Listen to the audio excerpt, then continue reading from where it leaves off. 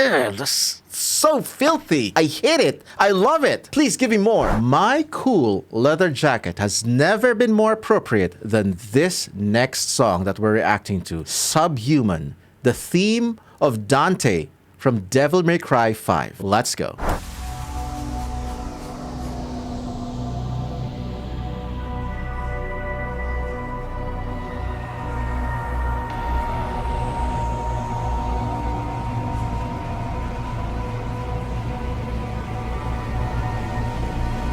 Oh my god. Ha! I'm enjoying all these introductions of the songs with these prolonged ambient style, suspenseful kind of chords, but this time that's kind of like a horror film music trope. When something goes wrong in old school horror films, where it's like a pipe organ.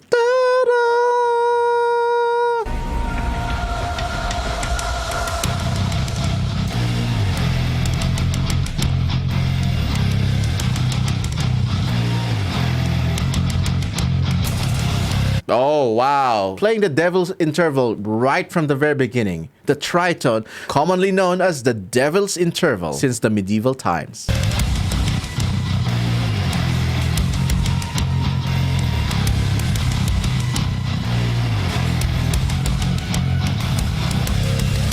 It never fails to convey that sinister vibe.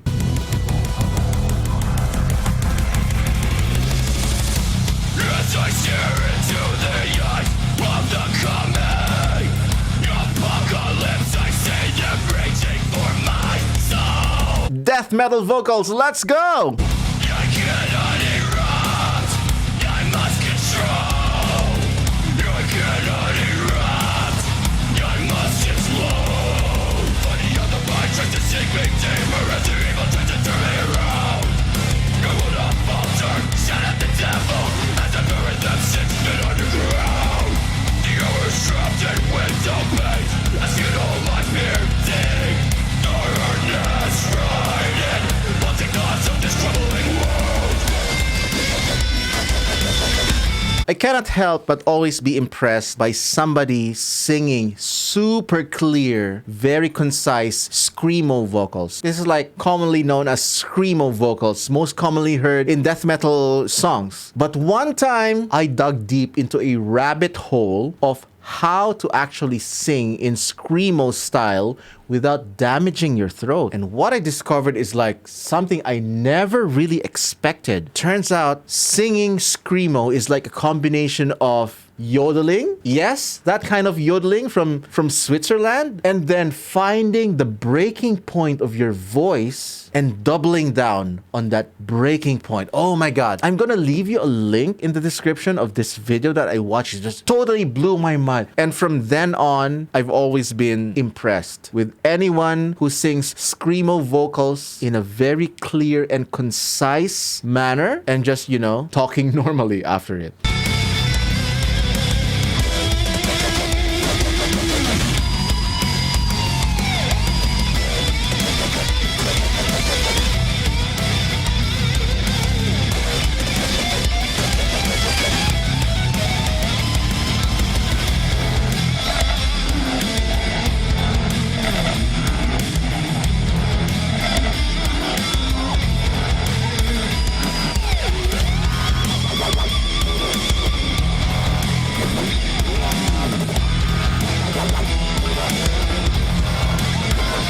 Oh my god. The classic contrast of duple meter or like 2/4 or something that is in the square counting of 2. And then we have here dotted notes, tan, tan, tan, tan. So, tan, tan, tan, tan, pam, pam, pam, pam. Could be a triplet.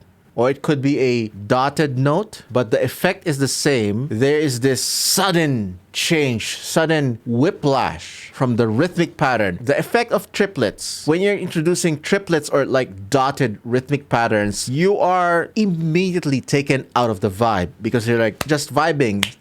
2, 3, 4, 1, 2, 3, 4, tan, tan, tan, tan. What? Ta, ta, ta, ta, ta, ta, ta. It's such an obvious change in vibe, change in meter that when it is used to kind of pull you out of your comfort zone, so to speak. It really stands out.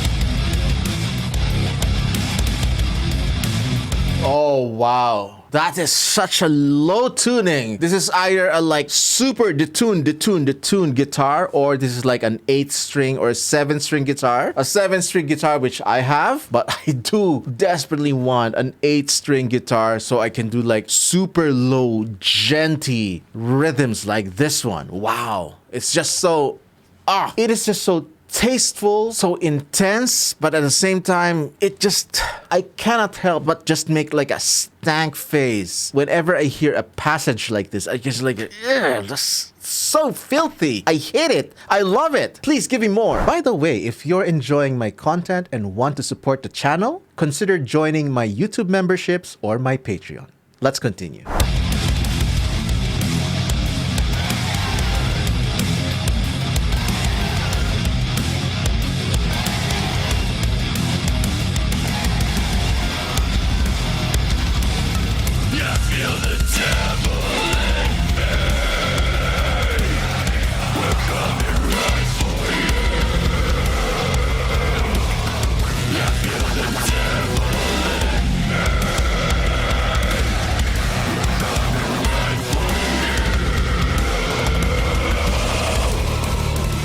Okay, low-key right here, but the song went into a halftime passage, and there's lots of spaces in between, lots of resting spaces in between in the higher passages.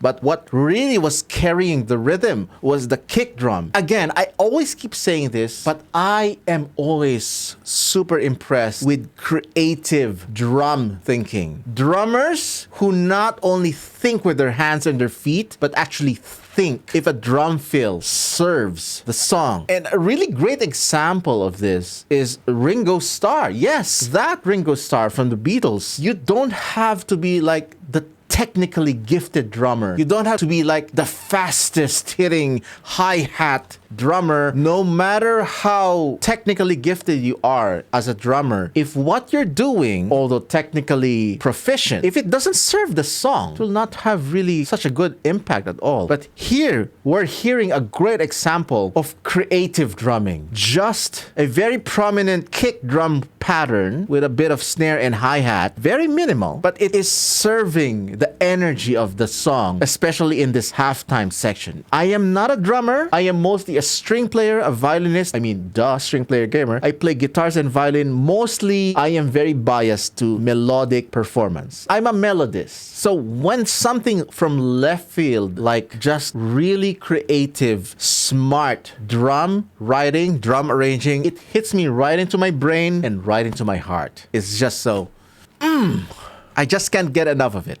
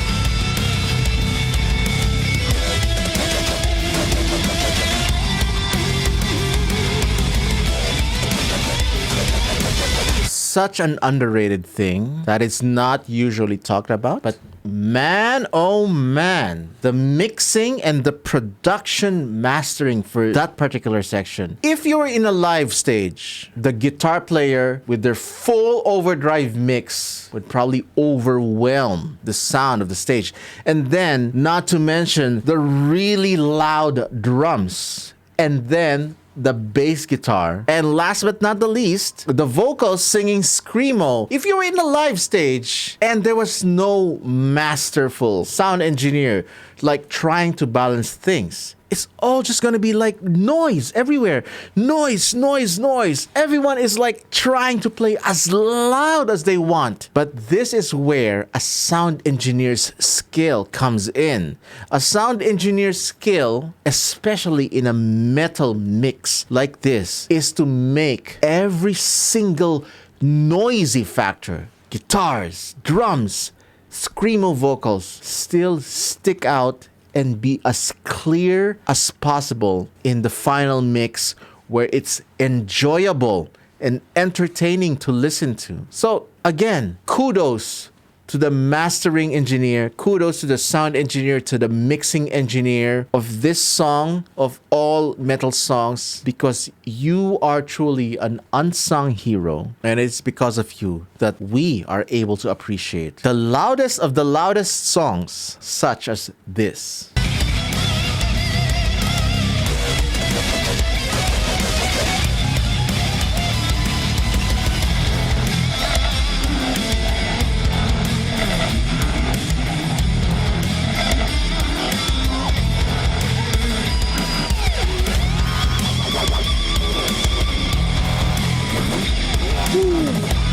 Wub, wub, wub, wub.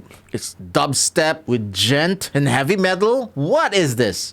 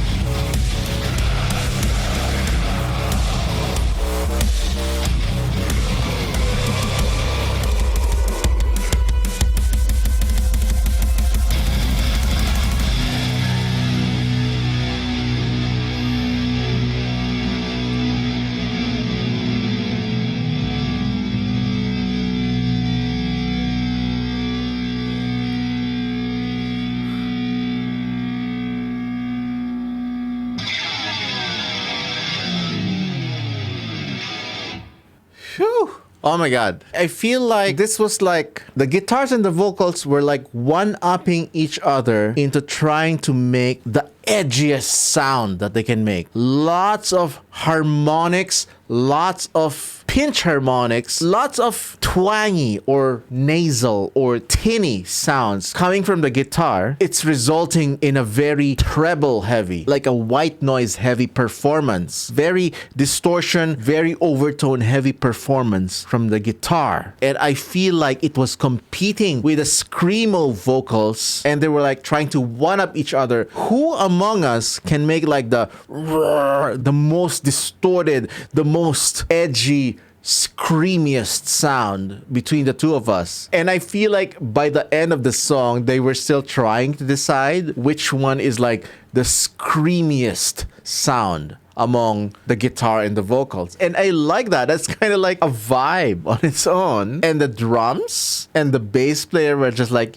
yeah, you do your thing, guitarist and vocalist, and we'll just, we'll just support you with rhythmic patterns. And that was something. That was totally a vibe. And I think I was pretty much like stank-faced all throughout the song because I was like, yeah, ooh, whew.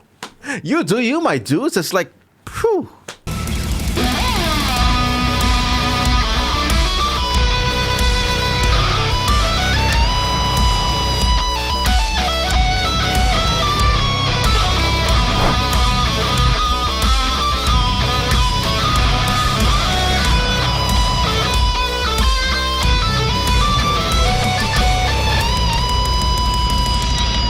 And if you're looking for more videos that focus on the appreciation, the analysis, the performance of video game music, click here.